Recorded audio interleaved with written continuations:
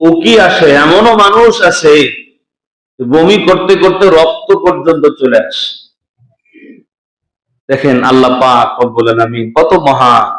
আল্লাহ বলেন, গোলাম ফরজ রোজা রেখেছ। কোন রোজা?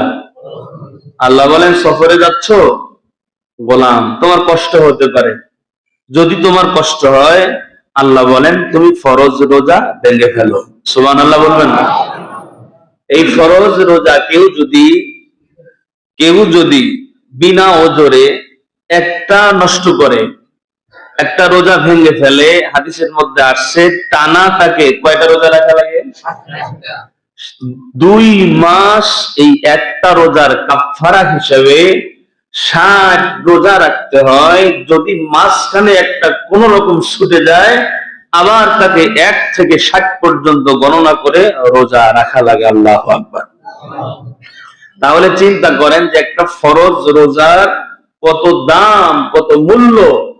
আল্লাহ তাআলা বলছেন বান্দার কষ্ট হবে সফরে গেলে, এই ফরজ রোজা পর্যন্ত আল্লাহ তাআলা ভাঙ্গার অনুমতি দান করেছেন। একটা বলি, আমরা সফরের হালতে, ধরেন আপনি গাড়িতে উঠছেন, কুমিল্লা গিয়ে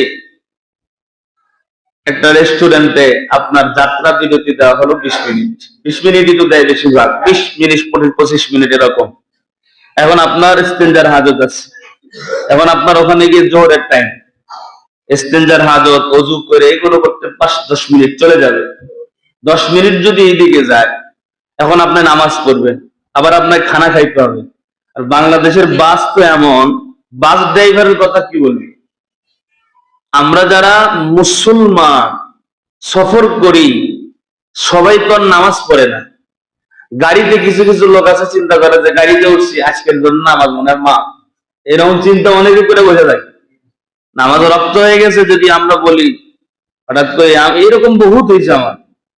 আগে তো, এখন তো প্রাইভেটে প্রোগ্রাম করি, আগে তো মাঝে মধ্যে প্রোগ্রাম থাকতো, সবসময় থাকতো না, মাঝে মধ্যে বাসে চলে যেতাম। তো যদি কখনো বলি যে ড্রাইভার সাহেব একটু গাড়িটা ব্রেক দেন, একটু নামাজটা আদায় করি, মানে কিছু লোক আছে এমন ভাবে তাকায়, এমন ভাবে তাকাইছে মনে হয় যে আমি বহুত বড় একটা অন্যায়ের কথা বলে ফেলছি। ঠিক না বলে?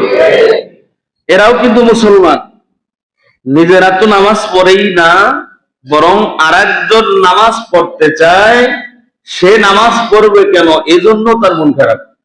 আছে না নাই? এখানে যারা আছেন, নামাজের লোক যদি বাসে থাকে, কমপক্ষে নিজে যদি চেষ্টা তো করবেন পড়ার, নিজে যদি নাও করেন চেষ্টা করবেন গাড়িটা থামায় ওই লোকটা যেন নামাজটা আদায় করতে পারে ইনশাআল্লাহ। আল্লাহ পাক রব্বুল আলামিন বান্দার কি হাজত, কি প্রয়োজন বুঝেন।